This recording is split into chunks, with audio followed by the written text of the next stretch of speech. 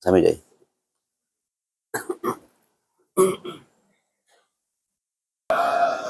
Wa qul alhamdulillahillazi lam yattakhidh walada wa lam yakul lahu syarikun fil mulki wa lam yakul lahu waliyyun minaz zulmi wa lam yakul lahu waliyyun minaz zulmi wa kabbirhu takbira.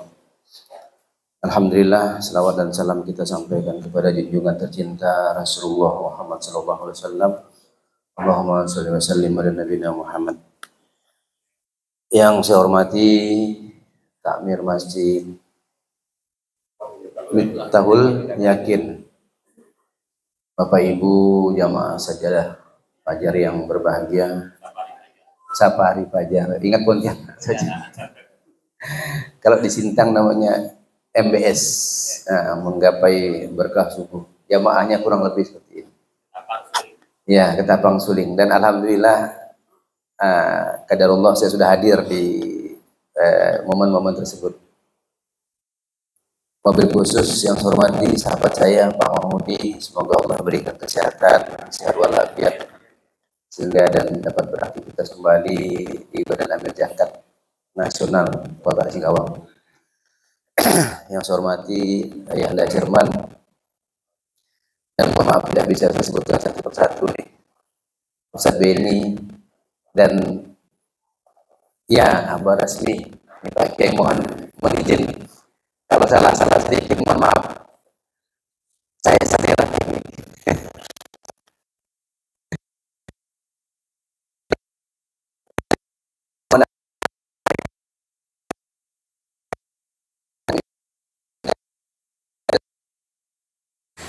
Dalam subuh yang berbahagia ini, karena berkenaan dengan tugas pokok saya sebagai Ketua Badan Amil Zakat Nasional Provinsi, tentu mengingatkan kita semuanya bahwa Al-Quran, Rasulullah itu kalau saya lihat dia mengedepankan ibadah sosial. Tapi sebelum saya komentari, ternyata ada 2 channel TV di sini. Live. Jangan CNN saja lah ya. Bapak Ibu sekalian, kalau kita melihat perjalanan sajadah apa namanya? Safari Fajar, lupa lagi. Safari Fajar ini sudah lewati tahun ke-10 ya. Ya, betul ya, tahun ke-10 kan, 14 sudah. Kalau lihat apa dakwah Rasulullah, dia sudah hijrah gitu. Dari Makkah ke Madinah. Nah, ketika di Madinah, sahabat-sahabat yang didatangi sudah punya etos sosial yang tinggi sekali. Yang lebih sering kita dengar, yang di Madinah atau mau memberikan, kau pilihlah istriku, itu kan sosial namanya ya. Tinggal kau pilih, ya kan? Kira-kira seperti itu. Nah, dalam tahapan dakwah yang Rasulullah sampaikan itu ada 3 hal. 3 hal yang harus menjadi pedoman kita dan menjadi khususnya di Badan Amil.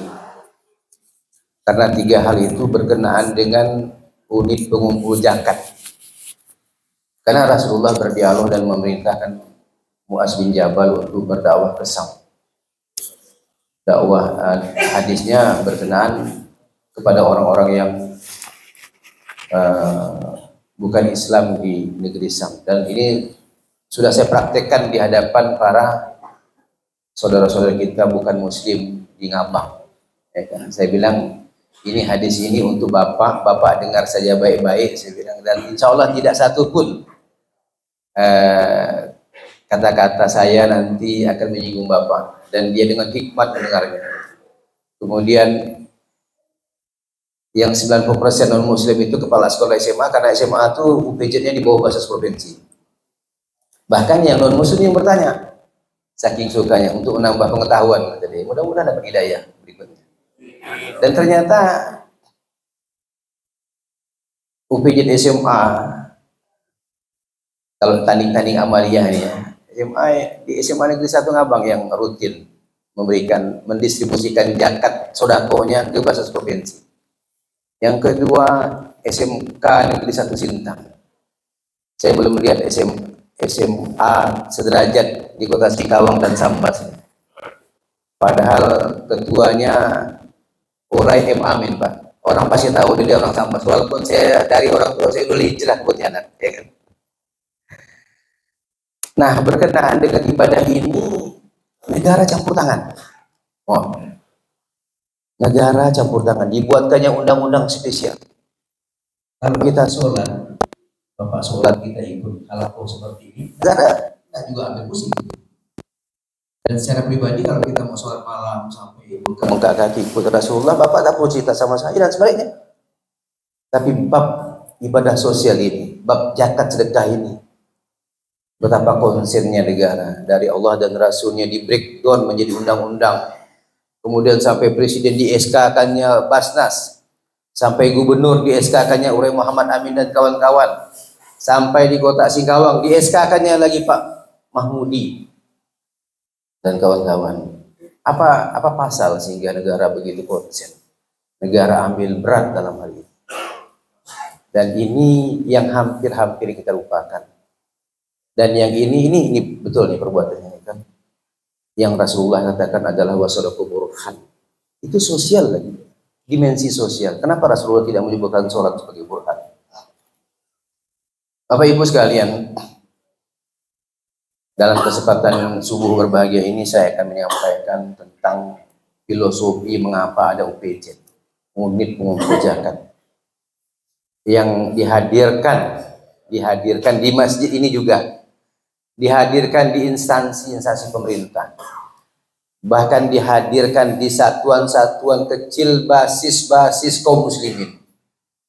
Saya memandang yang mendesain undang-undang ini orang alim, orang cerdas.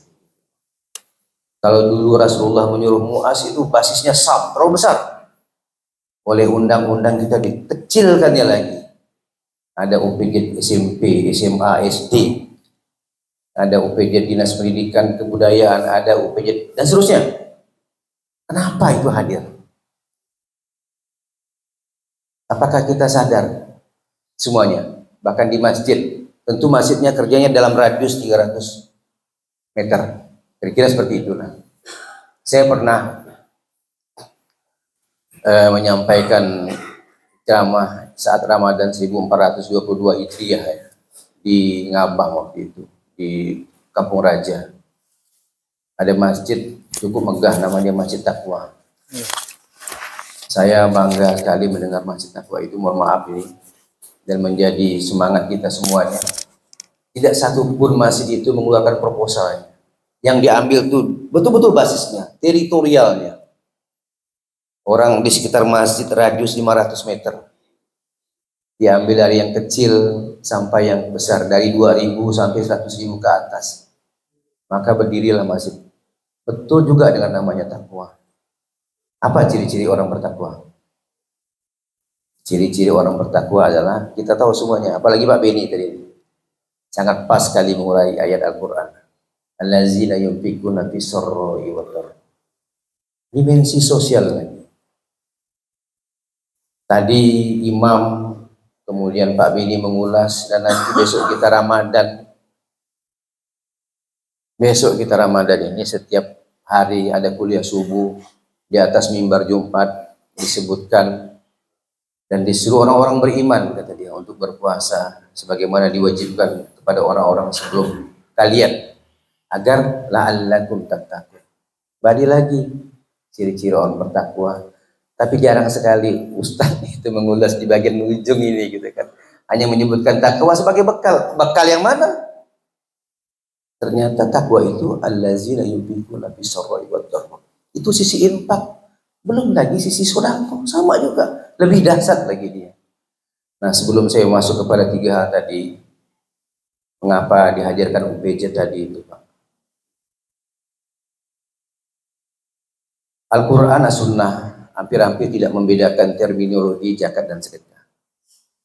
Al-Quran dan As-Sunnah hampir-hampir. Maka dalam setiap kesempatan saya menyampaikan, mohon maaf ini, mohon maaf Ayanda, kalau saya menyebut zakat atau para ustadz di atas mimbar nanti menyebut zakat, dia garis miring lah, automatically di kepala kita dia sedekah. Kalau nanti orang menyebut sodakoh, maka automatically garis miring dia zakat. Kita lihat Pak, misalnya dalam pengambilan, khudz min amwalihim sudah sodakatan. Al-Quran menggunakan terminologi sodakoh.